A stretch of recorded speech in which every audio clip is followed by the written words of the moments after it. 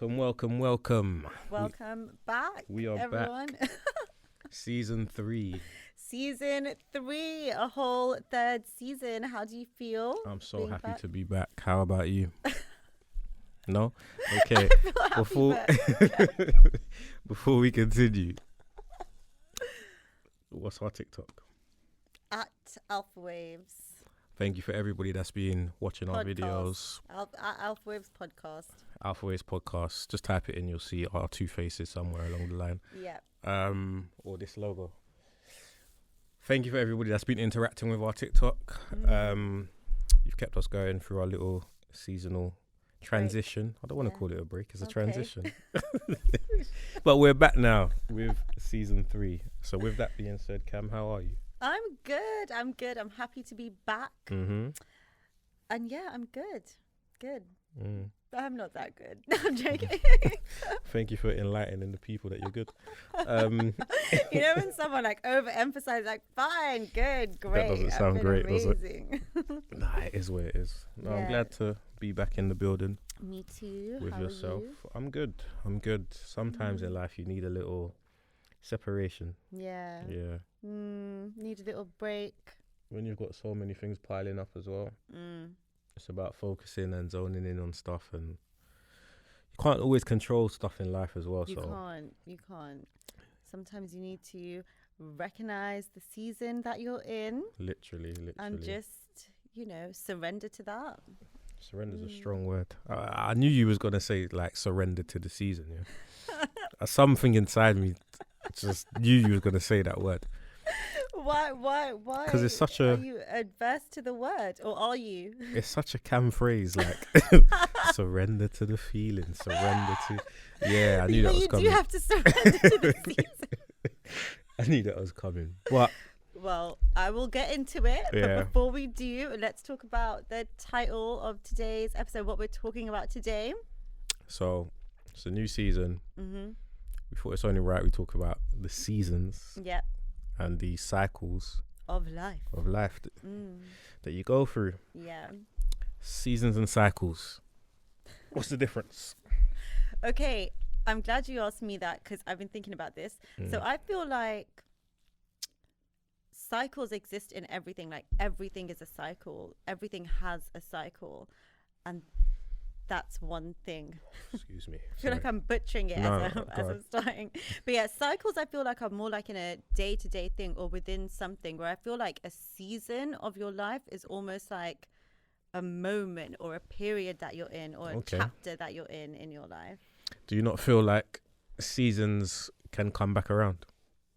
Yeah, I think so. I don't think they come back around in the same way, I think it depends on how you handled that season the last time. That determines how it is this time round as well. So for instance, say if you're in a healing season, it might not be the same as your first healing season, like your first proper healing season where you're weeding stuff out. Like maybe this is a healing season where you're starting to nurture what you've planted a bit more, rather than a harsh healing season of cutting off and stuff like that. Do you think cycles, when they come back, are different each time or the same? Just trying to understand the difference between the two, or how they work hand in hand, I should say. Yeah. Because I'm in the belief they do work hand in hand. Yeah, I think they do. But when I look at cycles, I think cycles are a lot closer to being the same every time, whereas seasons has so much more variables.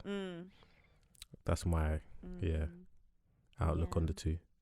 Because like seasons can be linked to a period of time, like you said. So it could be your age, it could be a situation you went through. Whereas cycles is like, doesn't matter about those little variables, if that makes sense. It's more dependable. Yeah. Or more certain. Yeah.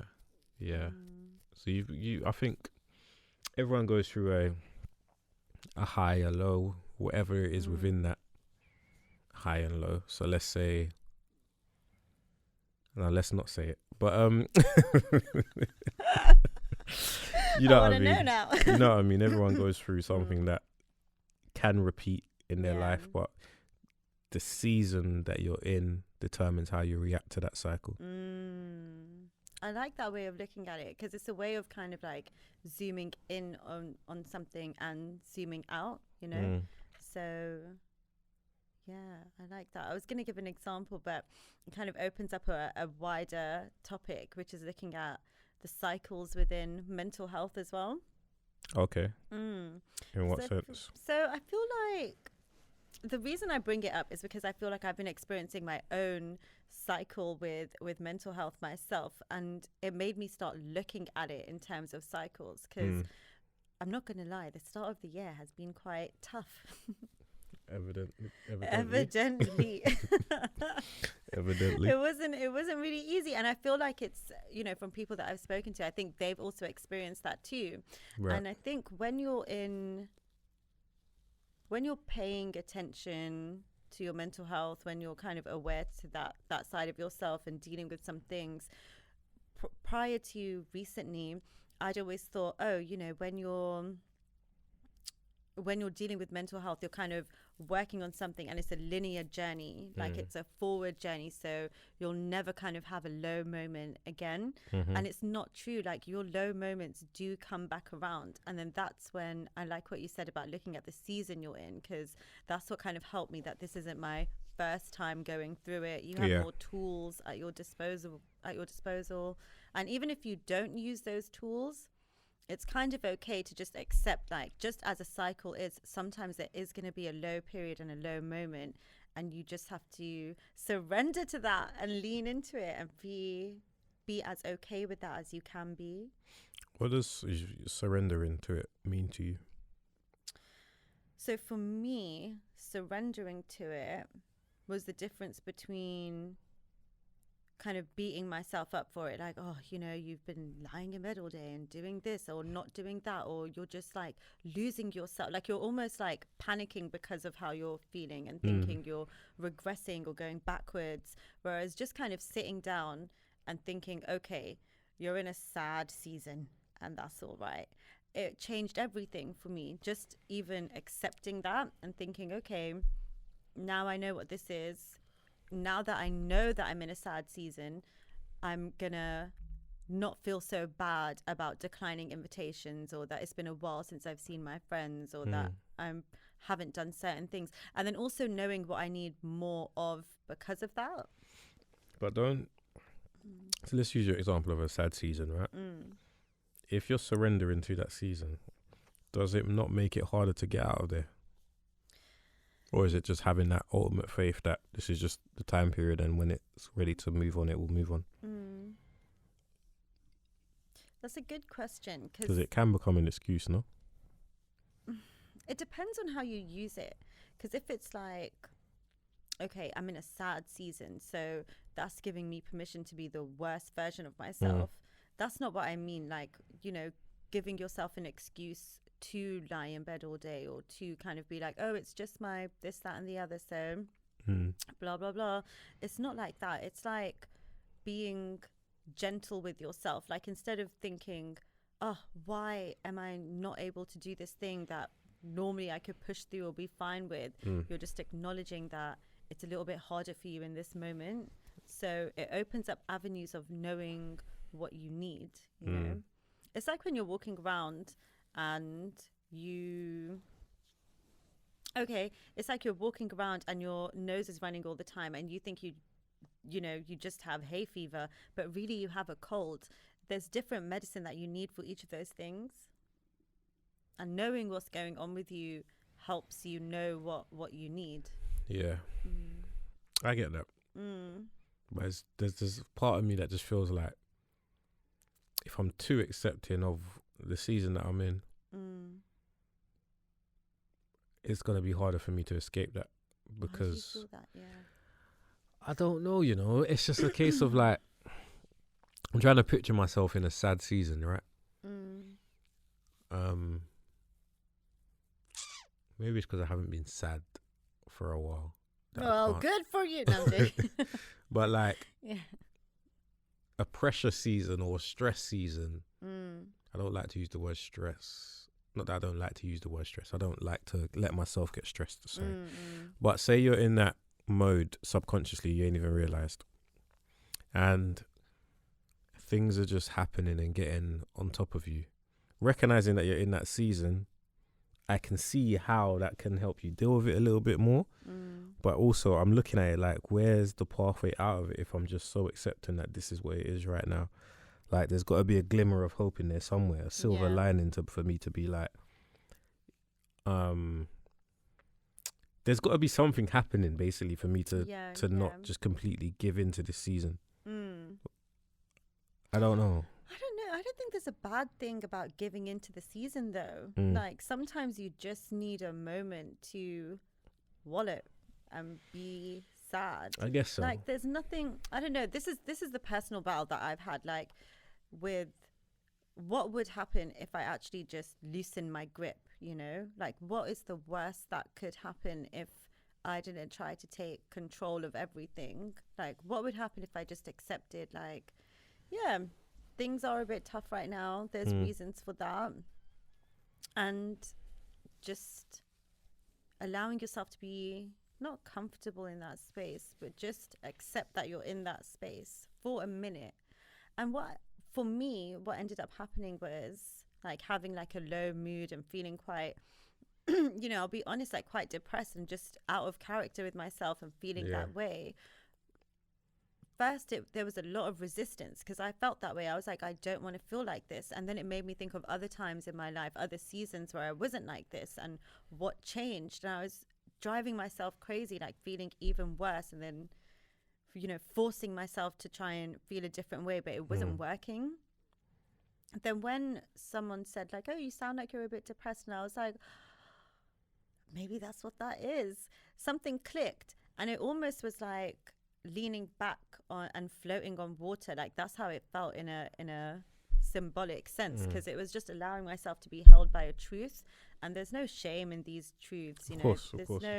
There's nothing bad about being in that cycle.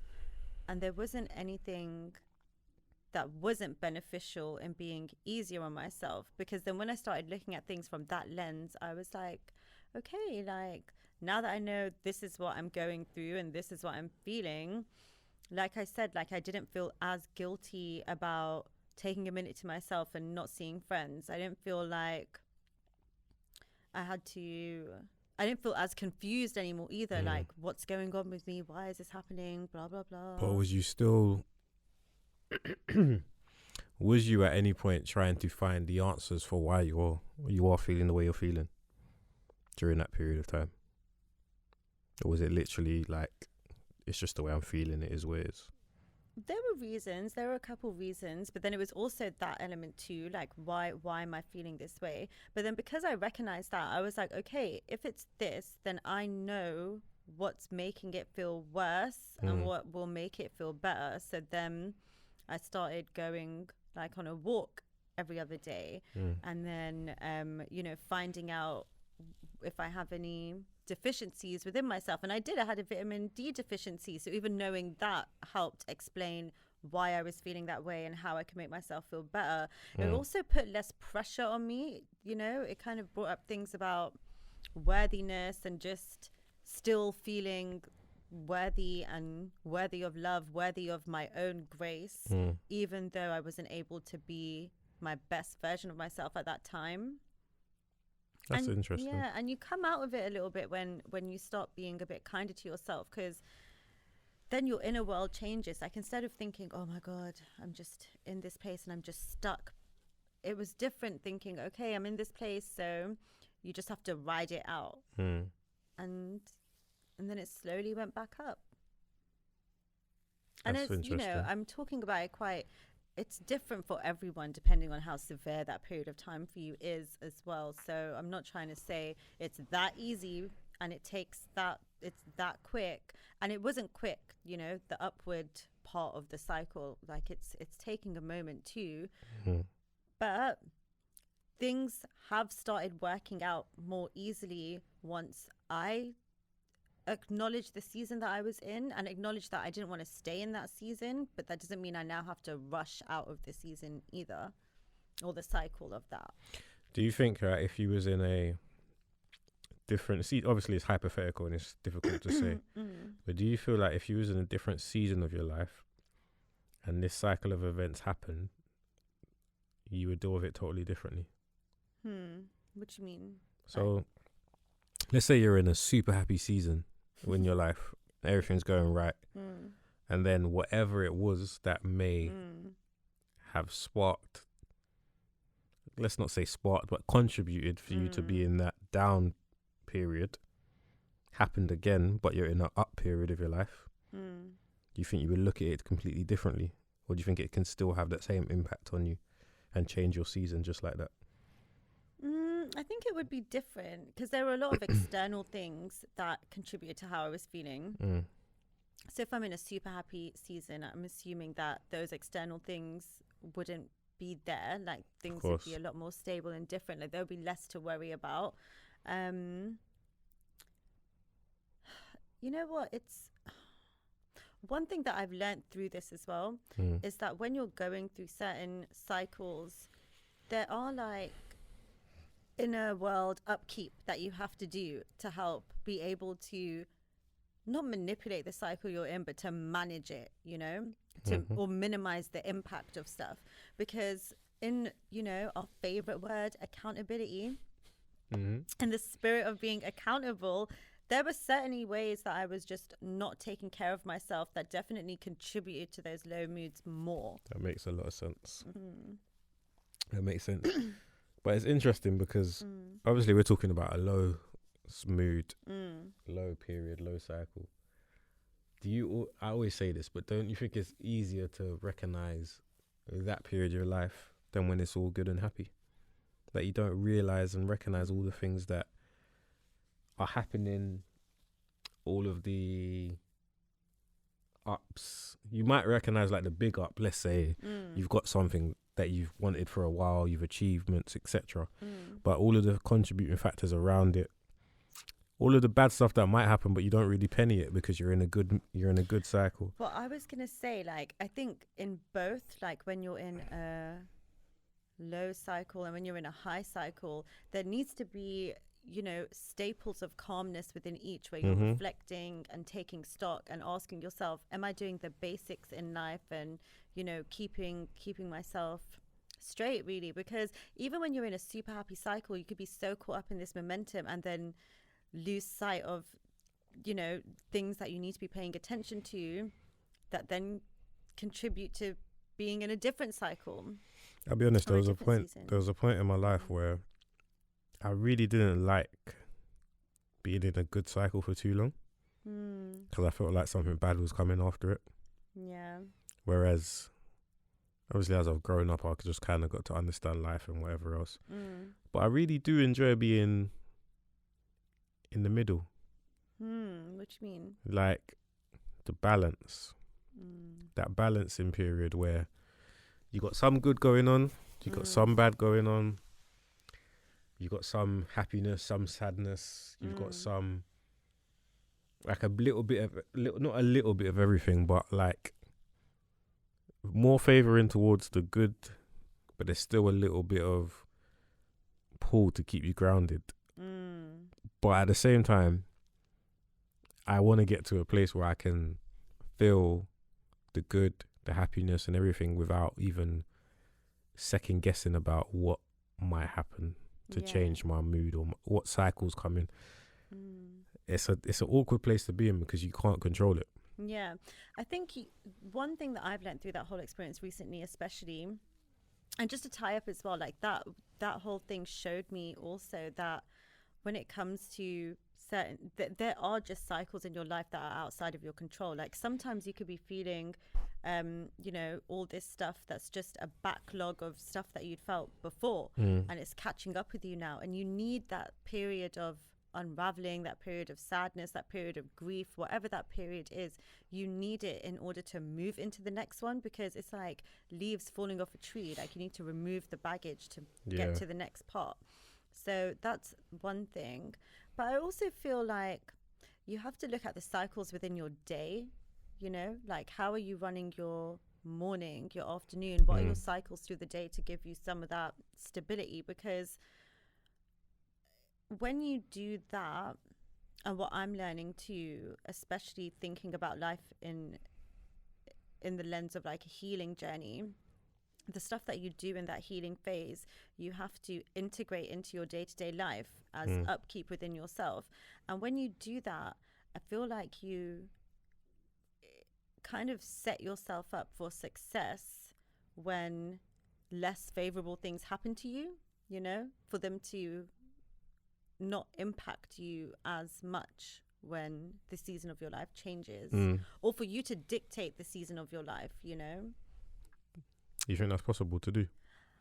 I think so sometimes, not with everything, but I feel like say if your day-to-day routine includes you being well rested, hydrated, on, you know, in a good place, then what one person is experiencing as a stressful season, you might see as a busy season. Yeah. Sorry. Yeah, that makes perfect sense. Yeah. I'm clearly in a busy season. I was just going to say that. Stop working so hard, please. No, that makes so much sense. Yeah. So you see with mental health cycles, what elements of mental health would you think is the most prominent and is likely to repeat itself? What do you mean? So if we look at mental health as a umbrella and everything that comes underneath mental health, whether it's depression, whether it's anxiety, whether it's help me out here, Miss Mental Health.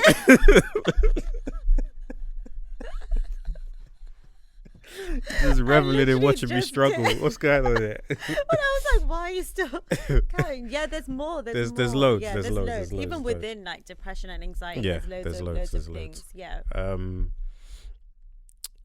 Do you think like you thrown me off my question? What was it? So with cycles within mental health, do you think that there are certain elements or aspects of your mental health that you can see being a cycle in your life? Or do you think like it's just, it comes, it goes, and it never repeats itself again? Because there's like seasons that I know within my life will repeat itself again. But in terms of cycles, mental health wise anyway, like, do you think you could ever feel the way you felt recently anytime soon?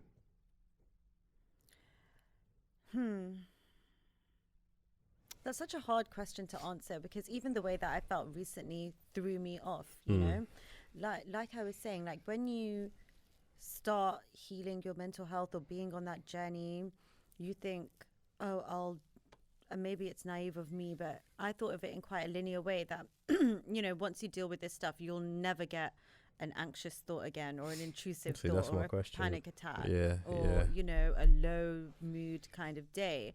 But that's just not true. Like, they do happen, and I'm realizing that the point isn't to become disheartened when it happens again, like oh my god, I've gone backwards, or oh my god, it's happening again, or get frustrated or feel weak again, like oh, I healed this, it shouldn't be like this, you know. Yeah, no, that's exactly my question, because if you overcome something in life, the level of frustration you get when it happens again or occurs to you is that part was bigger than the struggle itself for me. Like, that part was worse, like the shame that comes with feeling I shouldn't be here, why am I back here, and then feeling like you've been, you know, cheated, because you're just like, I've done so much work, I don't deserve to be back here.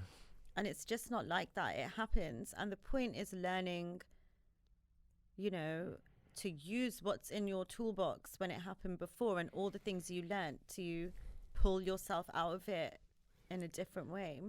What if everything you learned doesn't work this time around?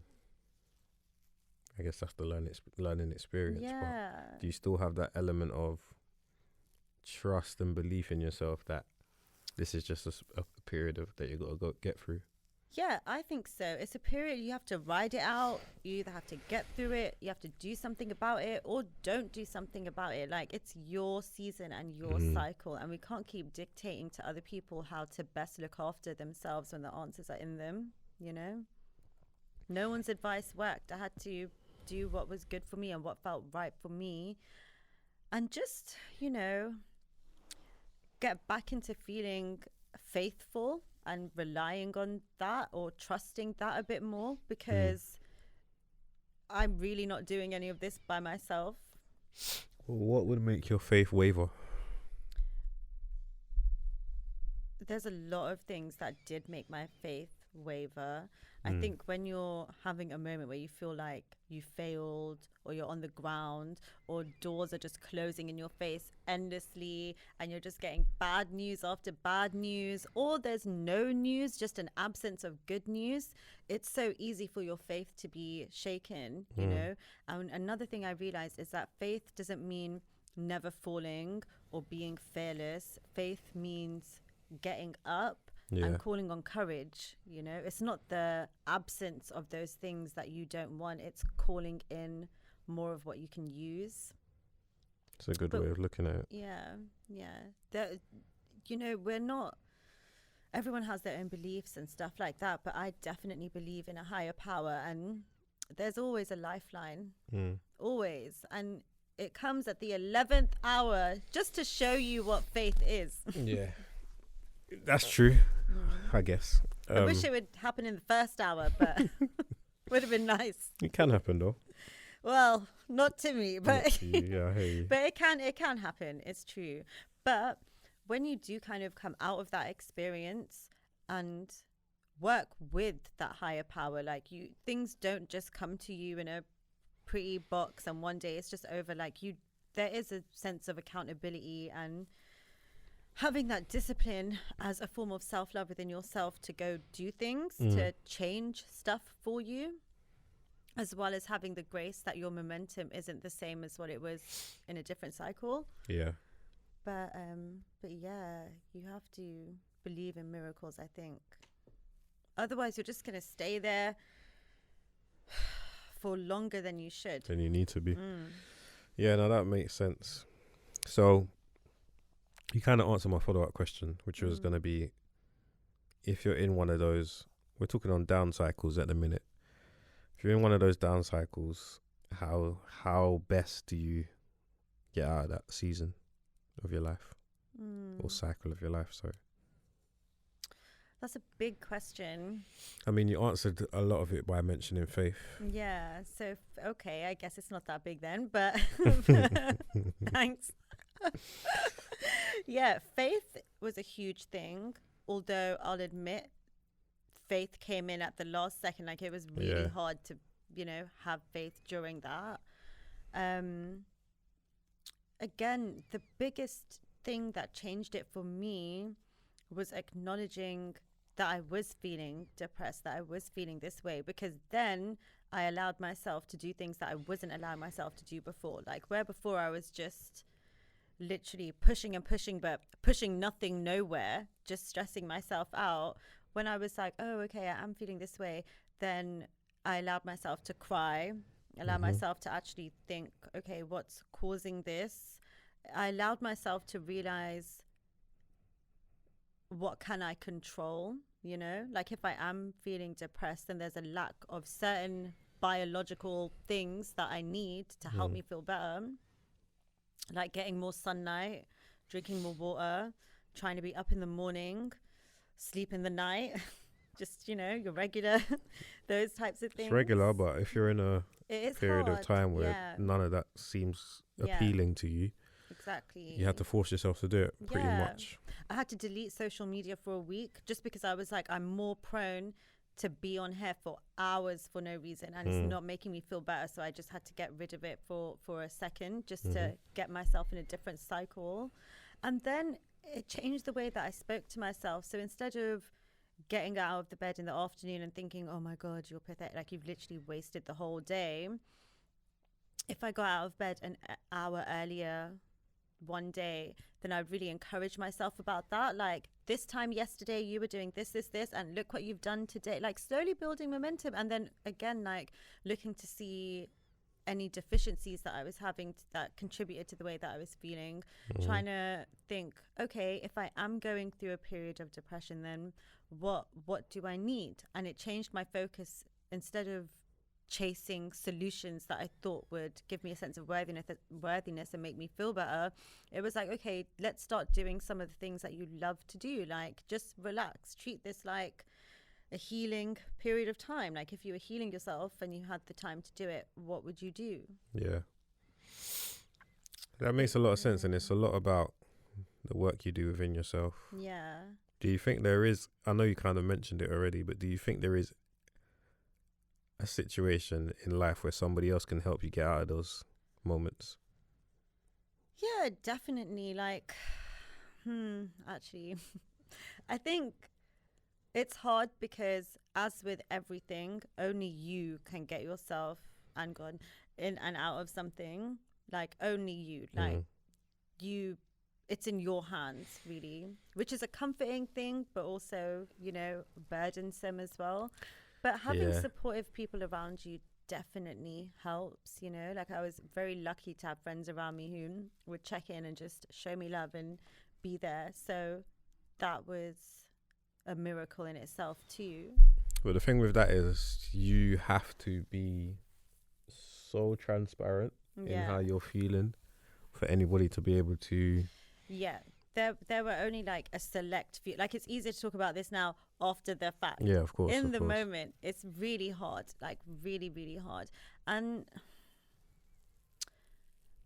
yeah, I think talking to people who are going through the same thing as you at the same time can be helpful in having like compassion from understanding someone who understands. But then I also think, this might be controversial. Go on. But I think sometimes you can be in a loop of like holding each other down. That's exactly it. You don't want to be like, again, not to... Yeah. But you don't want to be like part of like a pity party. Yeah. That's the thing. You just don't want to be in that situation. As much as it's good to have somebody to share this feeling with. Yeah. If one of you isn't waking up to the fact that we've got to do something about it, then it's just going to become heavy, because then you're just there literally like, instead of lifting each other up, you're dragging each other down. And that was happening when I was speaking to someone specific, and we just start going down these memory lane journeys, but looking at every horrible thing that happened in our lives and all these things that are sad and all these people who aren't here. And I was like, I need to stop talking to you for a second, not because I don't love you, not because you're doing anything wrong, but because we're not helping each other. Like I needed to speak to, people who weren't in that space, who could be a glimmer of hope, who called me. I had a friend who'd call me every couple of days and just laugh with me for 20 minutes on the phone. And that's what I needed to be out of that energy. So I think, just be careful about finding like-minded people who feed into that season more than you need to. Like you need to have people around you sometimes who can remind you what discipline is, and that it's not a punishment, it's an act of self-love, and it's necessary, and it stops you from being complacent. Someone said that to me the other day, actually. I think not yet, a couple days ago, and they were talking about how it's good to be good to yourself, but you have to also keep your eye focused on the goal and push yourself to get there and have that discipline, because otherwise you are just complacent, and then you're celebrating a small win, but you haven't actually done what you needed to do. And the example they gave was, say you wake up at 12 every day, but you want to wake up at 5, and then one day you've woken up at 9,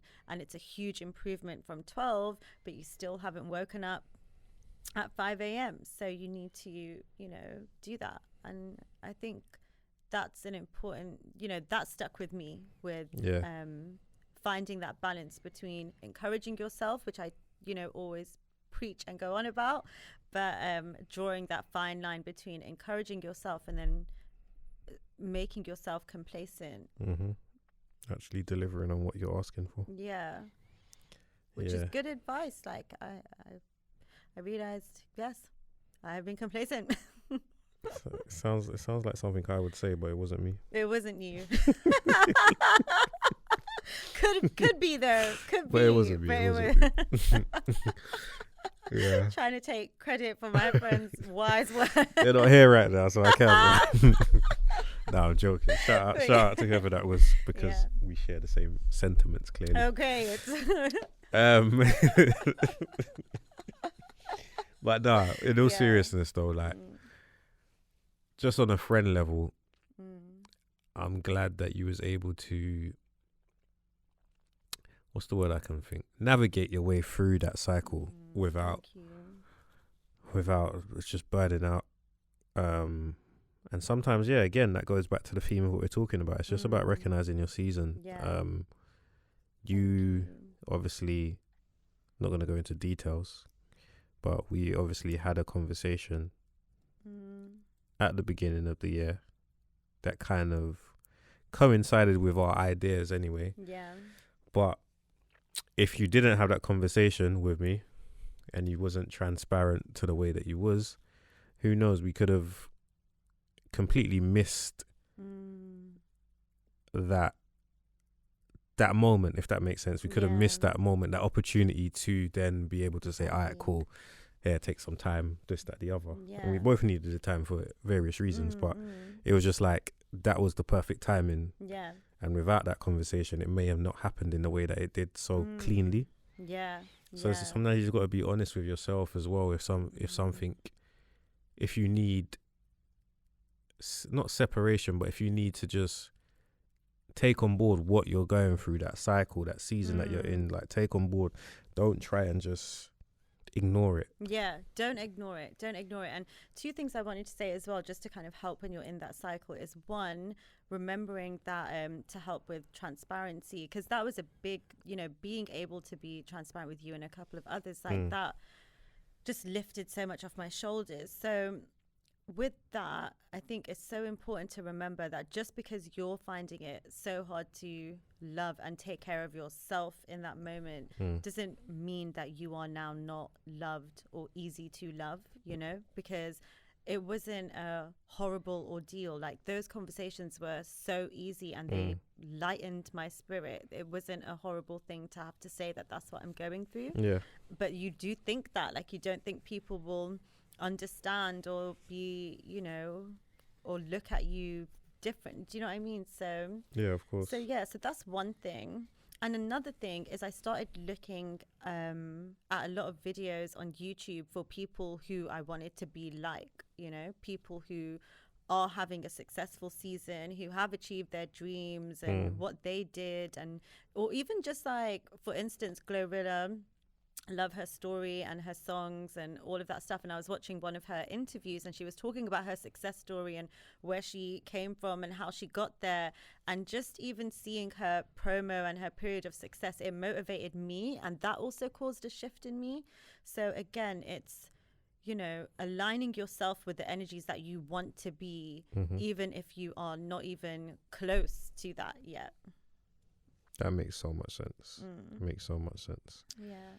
Yeah, well, obviously anybody that's going through a down cycle, it's easy to say, but there is ways and routes out of it, and you just gotta zone in on yourself sometimes and let it be, and do the work necessary to get out of it.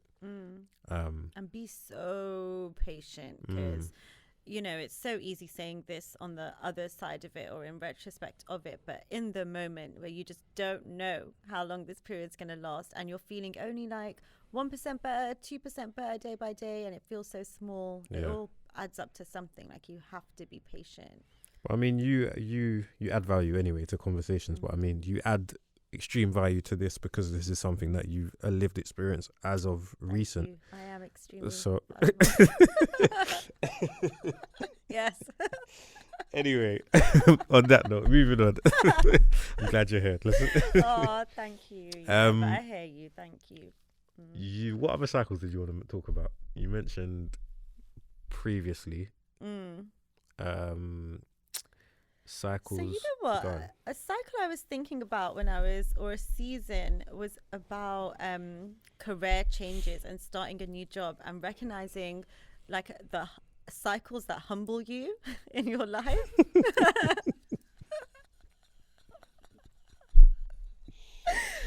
Here we are. Go forth. Because when you start a new job, or Right. say if you're, because I was just thinking about this when I was on my way, but say when you, start a new job, or say if you've left a career that you're particularly experienced in and starting a new career that you're not as, like a different industry, for example, or different kind of role, you have to have a different attitude about you when you start at that new place, that you aren't that seasoned person who's left that job. You're coming in as the student, as a new person. And while it's good to, you know, make a good impression, dominate the place, blah, blah, blah, you have to accept that that's where you are. Yeah. So, what's your thoughts on that? Like the cycles within jobs and starting a new job? The career cycle. I mean, there is a lot of humbleness required, but at the same time, I don't think you should be what's the word I heard? Shrinking violet, is that the phrase? Oh, I like that. Yeah. I don't know what that is. Okay. But I'm with it though. It could be repeated a phrase that I heard, like, and trying to throw it at you. I've not heard of that, but I really like that, shrinking violet. Like, you've got to be able to still carry that level of confidence and ability that got you in that position in the first place. Yeah. Because they're not just opening the door to anybody. Like, you've got to still remember why they hired. Yeah, you've got to, if you're going for something, you've got to still have that proving ground to get in the door. Whether it is a new job or a new career and you're a business owner or whatever, like, you still got to do that level of work to prove yourself to get in there. So yes, there is a humbleness of, I'm the newest in here, let me try and learn. But at the same time, you've got something about you that got you inside that door. So it's a difficult one. And the environment will obviously depend on, number one, how to treat that change, like the environment that you enter in. So if you're entering a very welcoming environment that full of people willing to upskill you or help you or give you a guidance, as opposed to people that are now threatened by your arrival, then it's a complete different. So what do you do? I've experienced both of those things. I don't think I handled either well. But that's the past. But what do you do in those situations? It's gonna sound so easy to say, innit? But I remain myself in both. Like, I don't change who I am as a person based on how you're treating me. So give an example, like, say, like, if someone, so give an example of someone being Threatened. threatened and intimidated, and how you would handle that. And also how you wouldn't handle that, as like a clear example and comparison. It's so tricky to say because I feel like I'm just me always, right? Like, that's why I'm like being so specific with the question. I'm always gonna be chill. Like, I'm never gonna do too much to make. But if I notice it in someone that you're feeling threatened, I'm not gonna go out my way to make you feel less threatened. Like, I'm not gonna be the shrinking violet. I'm not gonna be someone that's going to dampen myself down to make you feel better. It's like, either you deal with it or you don't. But I got this thing about me that I feel like it's difficult not to like me. as arrogant as that might sound. Yeah. I think because I don't do anything spiteful. I don't do anything. You are very likable. It's true. Like, but that doesn't mean that you have to get on with me, if that makes sense. But I don't do anything that you could look at him like, I can't stand him because what? Like, what? I'm just chilled and you're not. It's that type of vibe. So if someone's threatened by me, I think it's an insecurity within themselves, and there's not much I can do about that. How do you let it not affect you though? Like, how do you have that strong mindset with it? Like, how do you not become self-conscious or knowing that you being yourself when you know that it's rubbing them up the wrong way? I actually don't Like, know. how do you not dim your own light? It's so strange. It's so strange. I think it's because, like, within myself, I just feel not lucky to be here, but I feel blessed to be here still. Not just in the way of like, oh, my life's been so hard, I'm lucky to still be alive, but just like blessed to be in the position that I'm in life. To like, even when I look back on what some other people are up to now, and I'm just blessed that even in my lowest and desperate moments, I didn't turn to what they've turned to, and I've managed to. Do you know what I mean? There's things of that nature. I love that. That's literally the perfect answer, because what I'm hearing is that what keeps you grounded is gratitude. Yeah, you know? yeah. I just don't even care what your opinion is, because I'm so glad to be in this job. I'm so fortunate to be able to do what I'm doing. So I'm not going to let that ruin my day, because I'm just so happy to be here.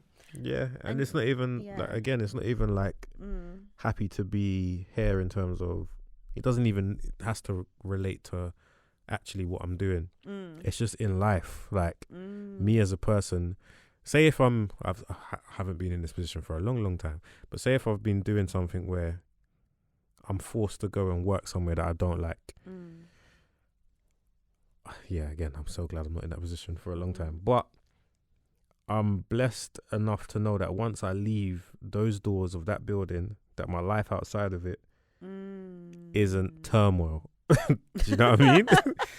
And it so could be. extreme. But it could be though. Yeah, it could be. It could be. And yeah, that is that level of, yeah, I'm just happy that my life, whatever happens within these hours within this building, it is where it is.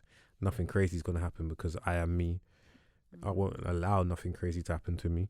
But outside of that, when I leave this building, I know I'm going back into my life that I'm not.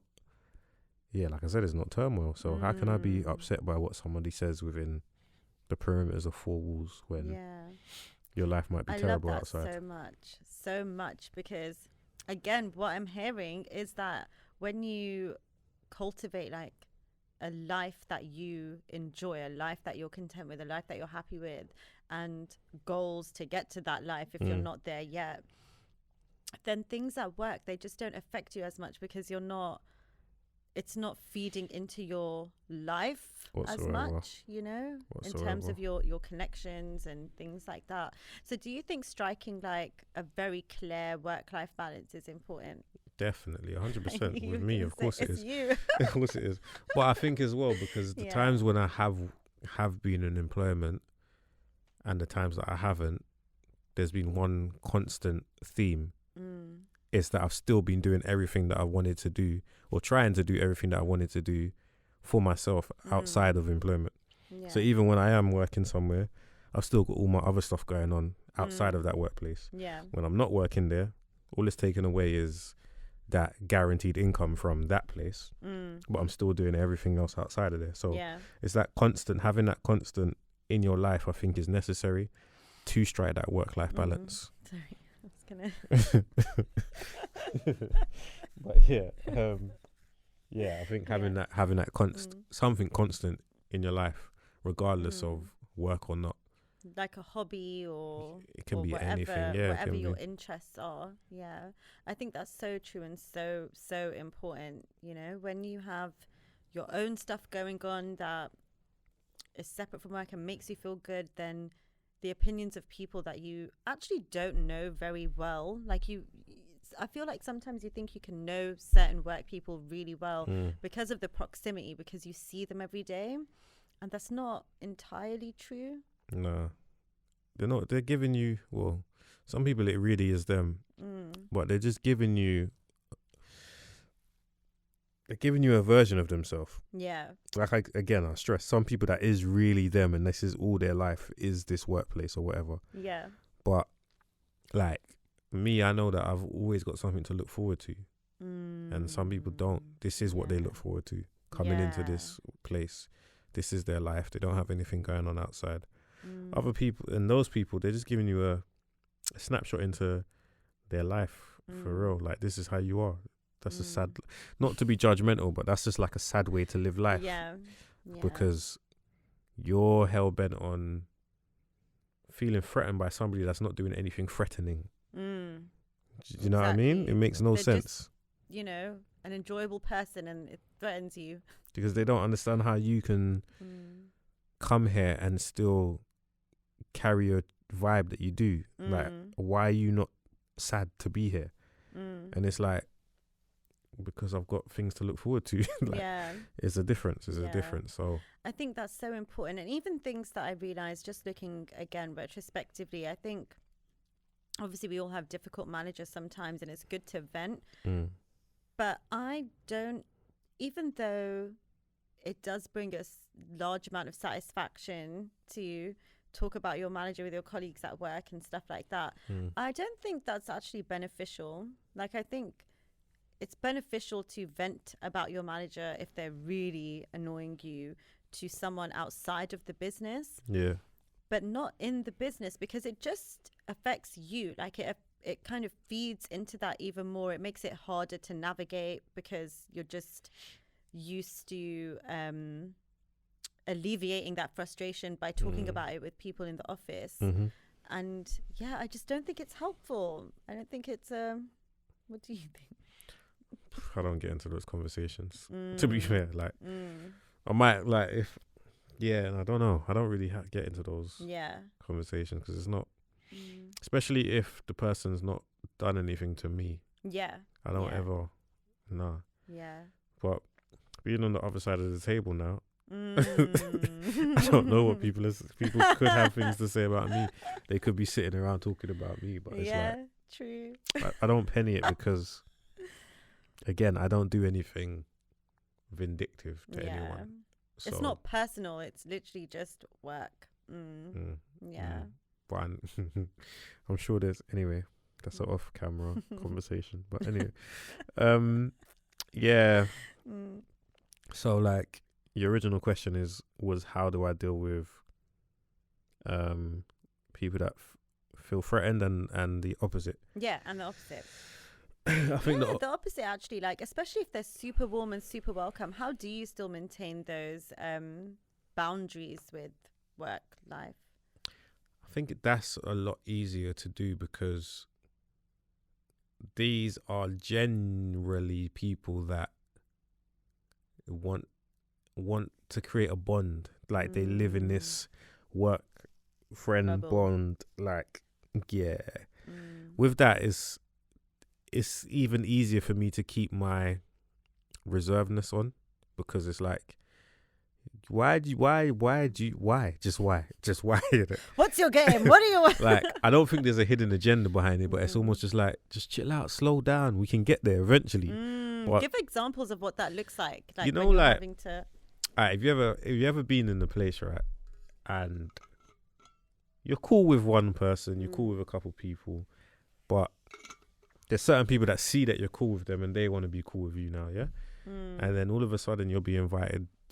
But wait, what do you mean by cool with? Like, how cool? As in, like, cool enough as in you guys just get along during the work day, or cool enough where you're taking lunches together? Like, how? Either really. Could do, let's say, what lunches, because that's what a lot of people seem to hang their hat on, who you go lunch with or whatever. Say there's somebody that you're cool with, you go lunch with, whatever. Then, but there's other people that want to be in with everybody.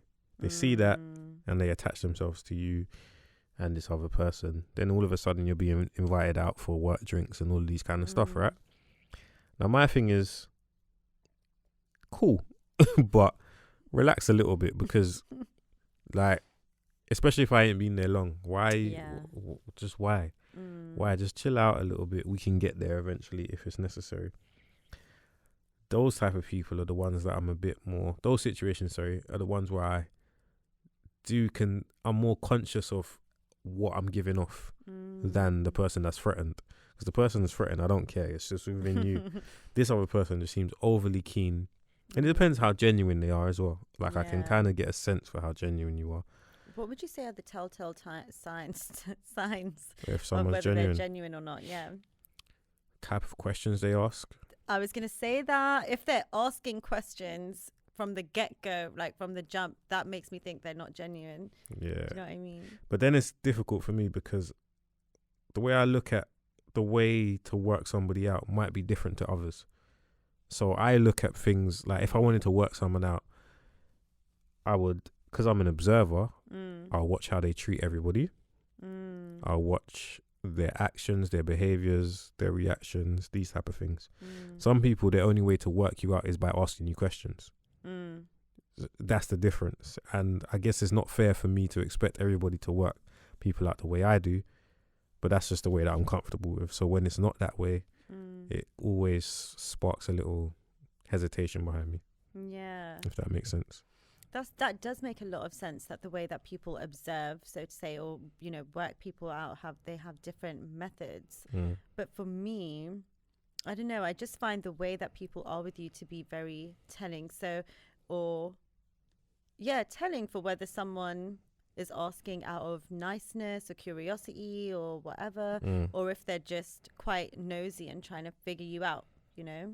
Yeah. And I don't like that feeling. I think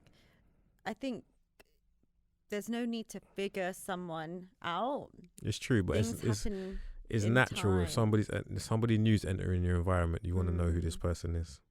What about them has brought them here? Yeah. That's kind of natural. But there's ways to do it. But if it's like, if you're asking me, like, I had a manager who would do this all the time, like ask me questions like, oh, who do you live with? Like, what do you do? No, that's too much though. That's like... I know, I was like, who hired you? That's too much. That's all like trying to come to my house. That's Private what that sounds investigator, like. Yeah, that really sounds... But those things, I don't know what it is, but people who ask questions like that, if it's questions like, oh, how are you settling in, or this, that, and the other, what did you do before, normal kind of, what I would consider normal work-related questions, or just icebreaker questions, then fine. But if it's more personal about my life, for me, I don't know, it just breeds a mistrust between me and that person, because I feel like you're infringing on my life for no reason. And if I can't see the reason, that doesn't mean there isn't a reason, and I don't know what your reason is. No, I get it. I get it. I mean, yeah, that's a funny one, to be fair. Luckily, I've not had to deal with that situation too much in my life, but... What do you do when people do ask you personal things, though? Like a direct question, like, how many siblings do you have? What do you say? You can't say, I don't know. I've never had that, you know. What would you say though? If people are like, oh, who do you live with? Do you live by yourself? Like, what would you say?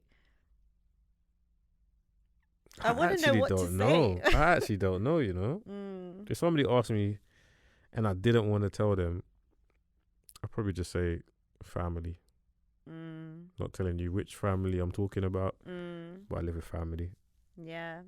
Maybe I need to give less of like a open vibe, because I really hate those questions. Yeah, you can't really ask me. Like, I don't think I give off that vibe that you can be intrusive. I don't mind. Like, there was one scenario where I got along well with other new people, and then you kind of like, you know, get to know each other in a different way because you're all new together. But that's a different type of, because you're all entering together at the same time. Exactly. Yeah, it's different. Yeah, so it is different. Very much so. But yeah, that's back to seasons. Yeah. Before we went on this employment 101, what to do and not do. So another thing that I thought about with seasons was like, how much do you pay attention to the actual seasons that we're in tandem with your life and what you're doing in your life? That's a good question. Honest answer is I don't pay a lot of attention to it. I don't. Yeah. I think, me personally, there's like two main seasons every year. It's the season around my birthday, and then there's the season that kind of aligns with the weather. So summer turning into autumn, autumn turning into winter. That type of, there's a change there within myself that I pay August attention. to September, yes. Yeah. What did I say? autumn to winter. Okay, I was just making sure I said autumn. I didn't say August to winter. Okay, cool. No, you did. Cool. Yeah. I just shouldn't even have interrupted. Threw everyone off, but yeah, go on. Those are the two seasons that I kind of pay attention to, because around my birthday, I know I'm in a reflective season, reflective cycle, whichever you want to label it as. And I know that there's going to be a bunch of things around that time that's going to make me think about not only the last time I was here, because it happens every year, but what season I was in, as in how was I feeling on my last birthday? What was I doing on my last birthday? What did I want to do on my last birthday? What do I want to do on this birthday? That type of feeling, yeah? And everything that surrounds it, without going into boring specific details. But and then the change of season, as in summer into winter, summer into autumn, sorry. It's you that threw me off. Yeah, I was like, wait, hold on. What month is that? Not so much summer into autumn into winter is what I said, right? Yeah. I think. I can't remember. Autumn into winter. Is that the season? Anyway, well, that's what's Moving the word? on. Yeah, go on. I pay a lot of attention to that season because I feel like winter is very significant for me in terms of the amount of work that I get through and the amount of work that I get through. I know I need to be mentally prepared, but a lot of that work starts earlier in the year for me. But I know that when I get to that stage, not only that, there's certain events in my life that I know around winter that is going to be tougher to deal with. Yeah, heavy. Heavy, that's the right word. So I try and pay attention to how I'm feeling around that time as well, and try and stay on top of it. Yeah, and be like sensitive to yourself.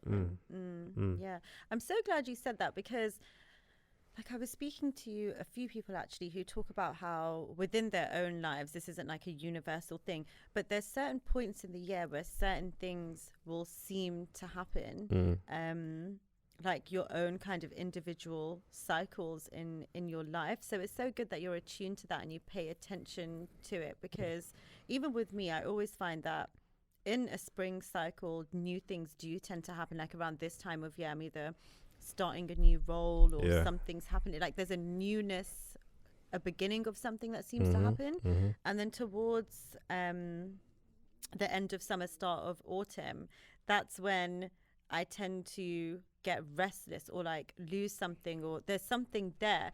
And I think it's so useful for me to look at my year like that, because then I'm like, okay, when do I need to schedule a holiday?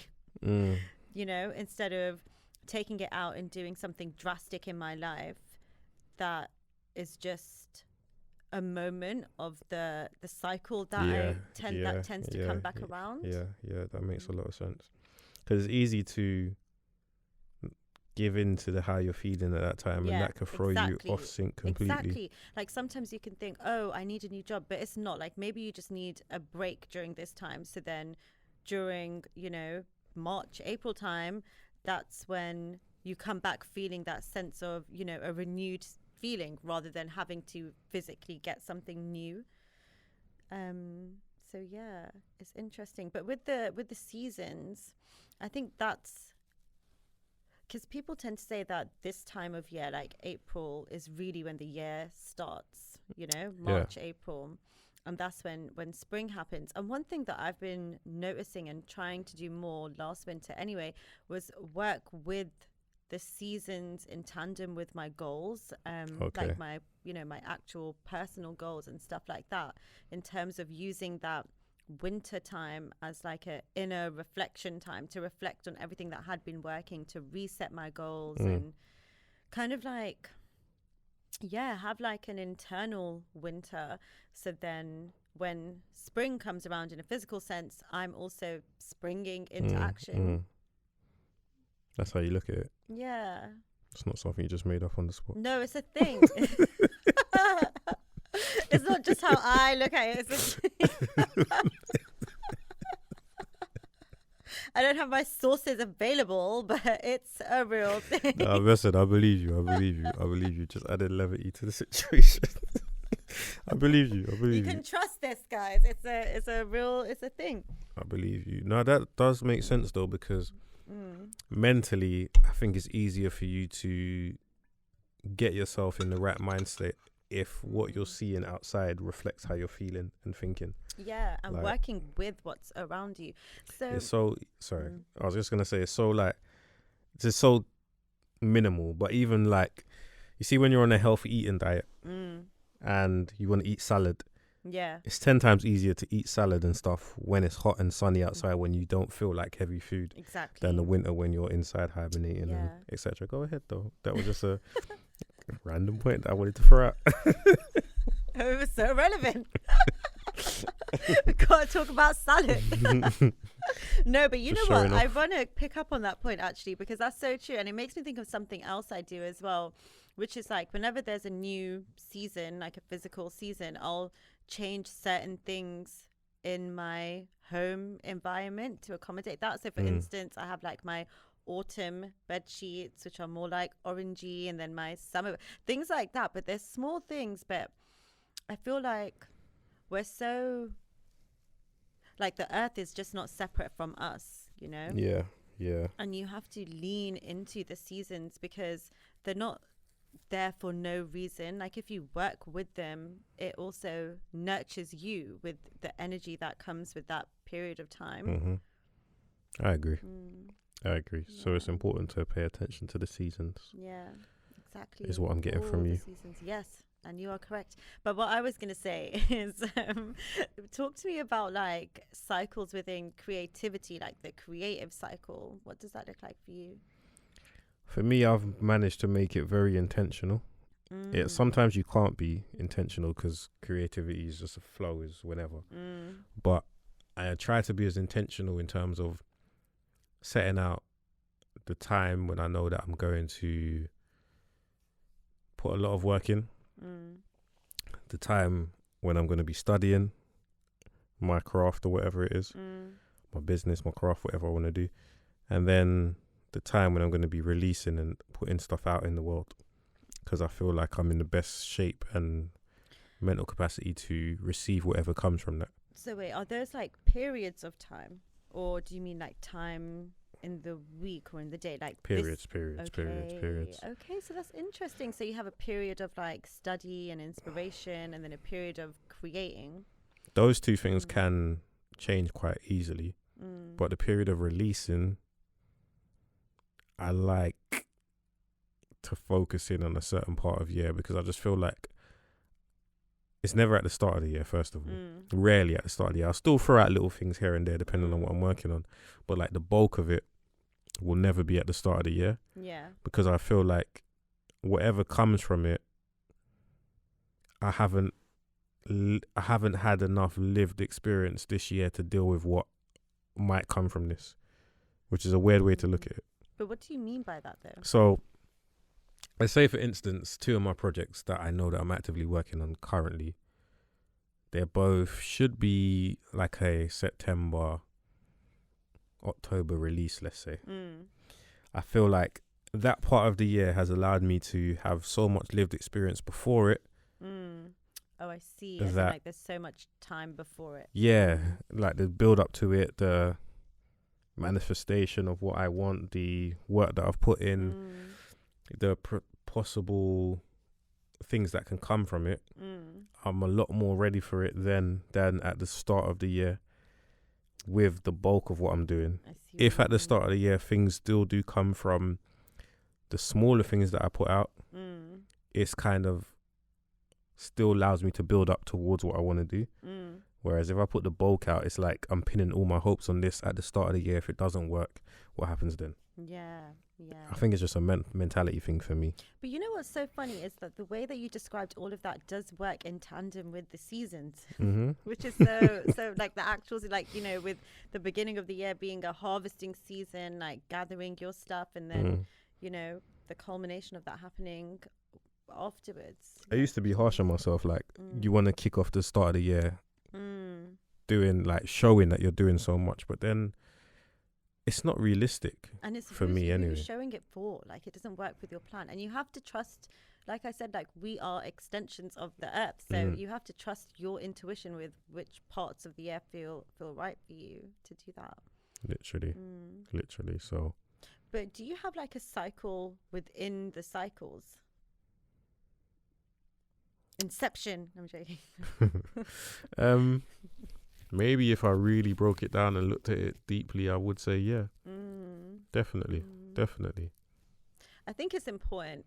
I think especially hearing this now, one thing that's becoming clear to me is that in the creative process, you do have to break down the process, you know?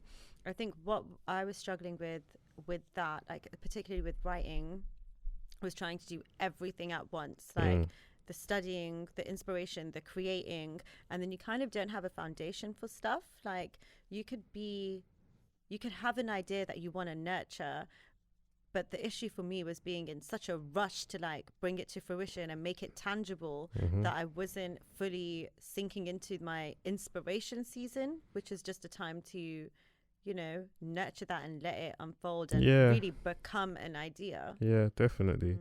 Because there's a thing within myself anyway where, like, recently I might create something and I'll have that feeling that you say, the urge and the rush to just get it out. Yeah. But I've realized, like, once I've done the creation, it serves myself so much better now to study all of the things that I can do to make this creation as good as it can be. So I'm not going back to creating again on that aspect. And now I'm studying how to put that thing out rather than just, I've created this, I want to put this out, and then I'll learn as it goes. Yeah. On most things, some things you do have to do that. Just let it. You can't hold on to stuff if you want to receive anything, right? So you got to let it go to receive it. So it just depends. You just got to understand what cycle you're in and where you're trying to be with it. Yeah. To be fair. But the creation process is I don't think anybody can explain it. Right. You just can't. It's just a process.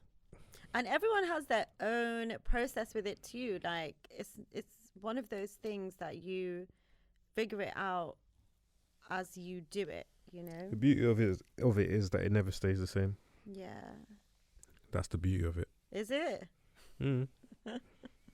Why is that beautiful? Because you don't want it to be rigid. That's the whole point of creativity. You want it to just be able to blossom whenever it needs to. You don't want to be rigid with it.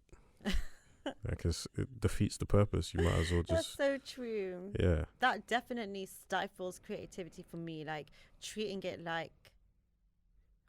Because you can have the mindset of treating it like a job in terms of you want this to become something. But then it's different in terms of like actually treating it like a job and sucking the life out of it. It's just, it ruins it. Like it does become rigid.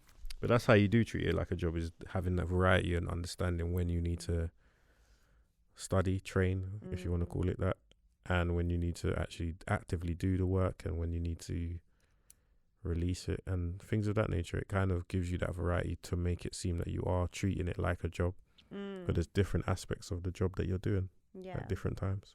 Yeah, that makes sense. And just letting that be what it is. But it makes me think of the menstrual cycle as well. And what just happened? No, Stay with me here. I'm a mature man. Go on. You are a mature man, and this is amazing. So I was looking into the spiritual meaning behind, like, you know, the menstrual cycle and how it works, because a lot of women, in myself included, like prior to this, struggle a lot with, you know, your cycles and managing your emotions in your cycles and stuff like that. And it's actually incredible how, you know, you have the 4 weeks of the month, 4 stages of your cycle. Yeah. And each stage of your cycle, not your, but like of the cycle. Of the cycle. Yeah, the cycle. You could even have said, anyway, just continue. Each stage of the cycle is almost like each season of life. Okay. Yeah, so like the point in your cycle, the first point where you're actually on, your period, that's your winter week. And it's so funny because your winter week is where you're meant to be more reflective, inner, look after yourself. That's not a time where you're meant to be doing things for other people, which is why, some women can be more defensive or prone to arguing during that time, because it's not a time to give, it's a time to take and renew yourself. And it's followed by your spring week, and this is just so fascinating to me. Like, once you know these things, then you know which times of the month are better for you for particular things, because that winter week is also a time of inspiration, like when intuitive guidance comes to you. Then you have your spring week, which is a time for planning, but also where your energy is slowly building back up, like in a biological sense, but also just in terms of your, feeling good within yourself again, and like your energy kind of coming back up, which leads to your ovulation phase, which is the summer week. And then that's when you're at your most energy. This is when women have just the most energy. Like, it's the best time to ask for what you want, because it's when you're at your most charming. What? I'm just listening. I'm playing. Go on. You have your autumn week. You know what? You're not the right audience for this conversation. And you're throwing me off. I haven't said a word. I'm listening. I'm actually listening. Is this what it's like scientifically called? Labeled these things like winter week, spring week, autumn week? Well, yeah, it's in those, the things that I read. But obviously there's the scientific names for the actual part of your cycle.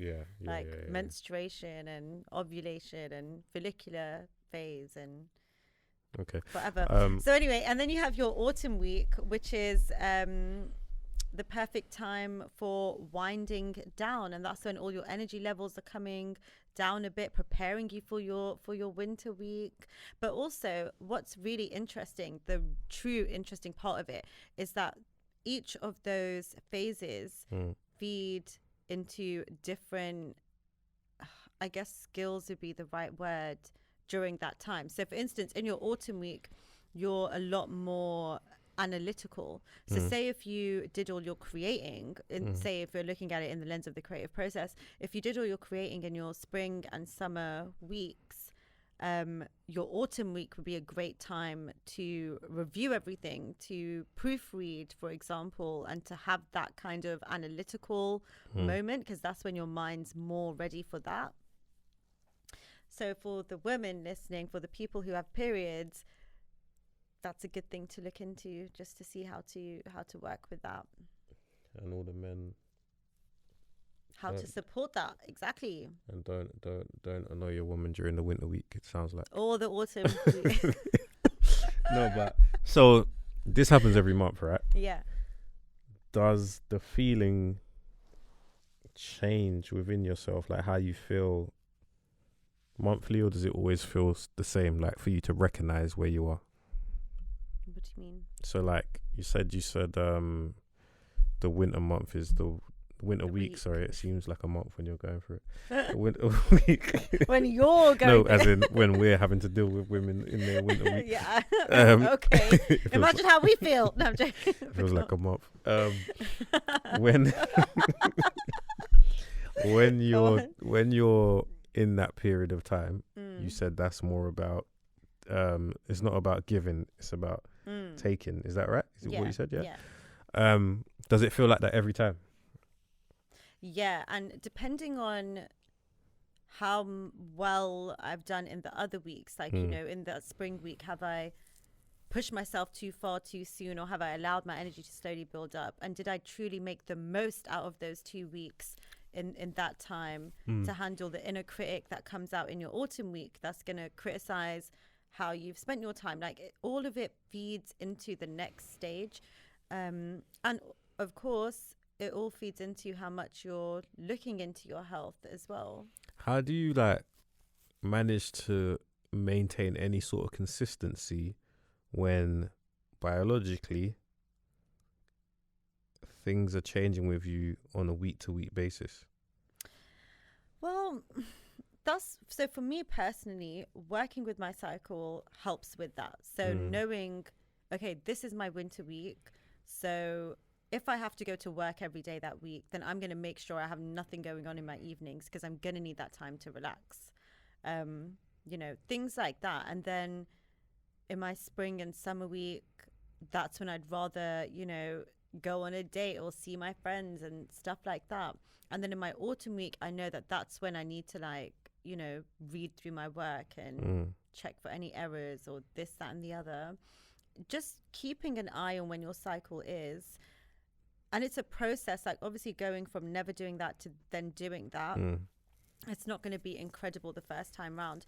But the more you keep an eye on where you're at, one, you'll have a better understanding of what's going on with you. And within each cycle too, there's like exercises that suit your body and your energy levels better than other points in your cycle. So it kind of feeds into that. So instead of constantly pushing against something, you're working with your body in the best way. And through that, you find stability and consistency. It's crazy because if you're not an organized person, that just sounds like it's going to be so inconsistent. And it starts to make a lot of sense to me now why a lot of women are the way that they are. It's enlightening. Like everyone should know this. Everyone, like men, women, everyone. No, definitely.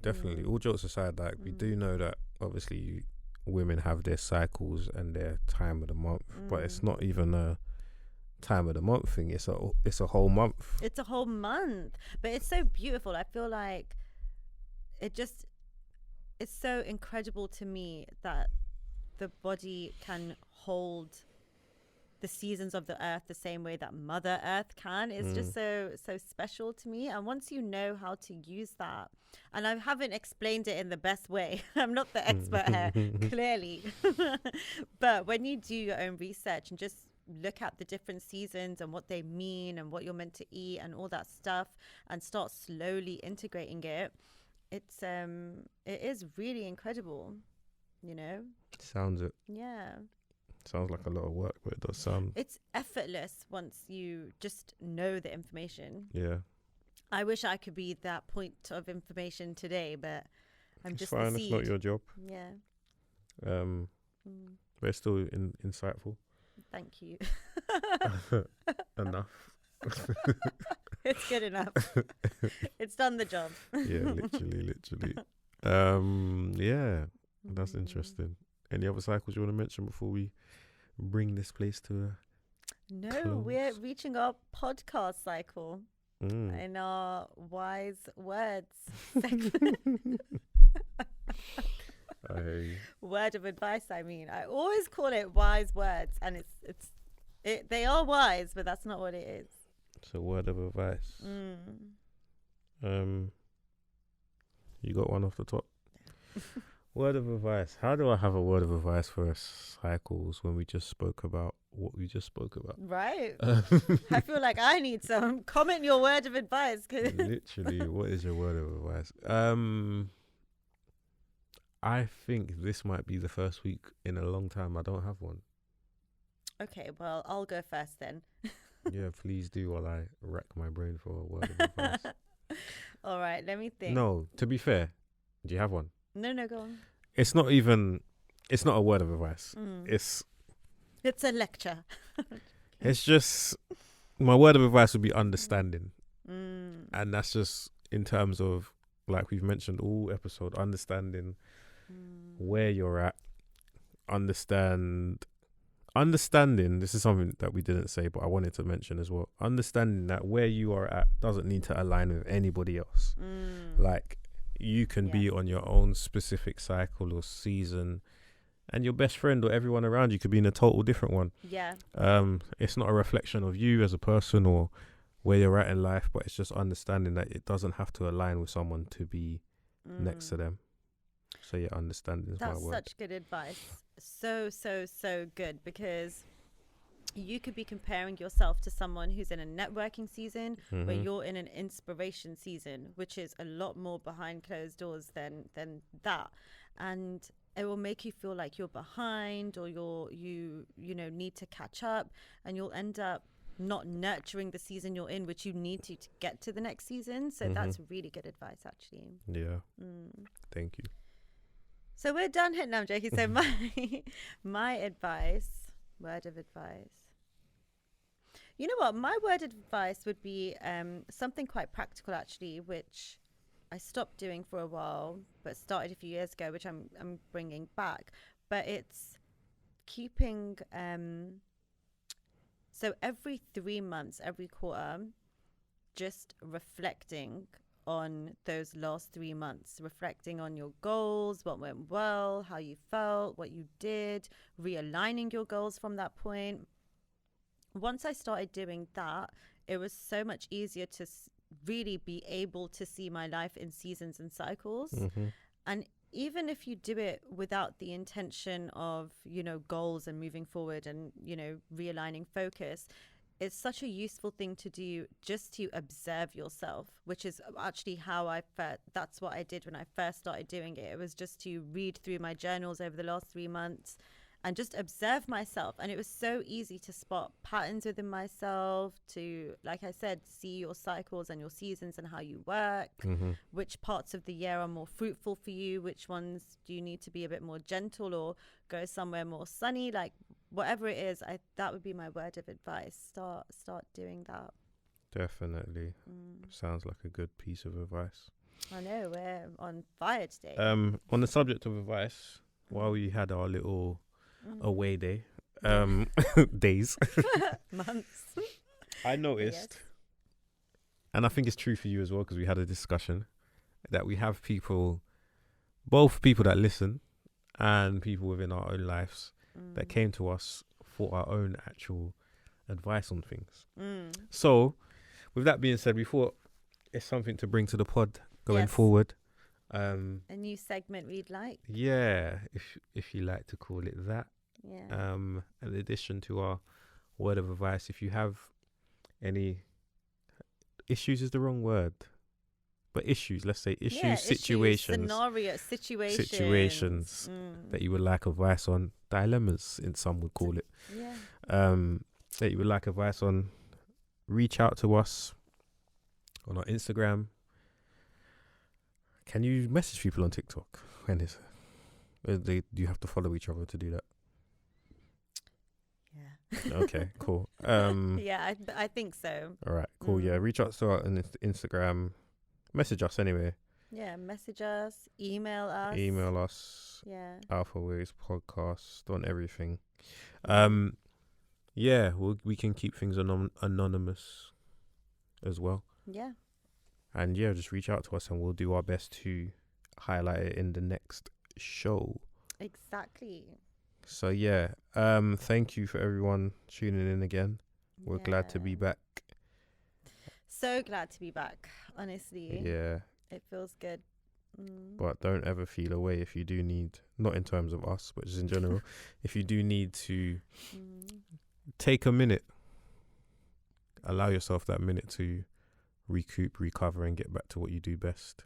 Yeah, exactly that. That. Give yourself what you need. It's necessary. 100%. But yeah, thank you for another brilliant episode. Oh, you're welcome. And thank you guys for listening and watching at home. And until next time. Woo!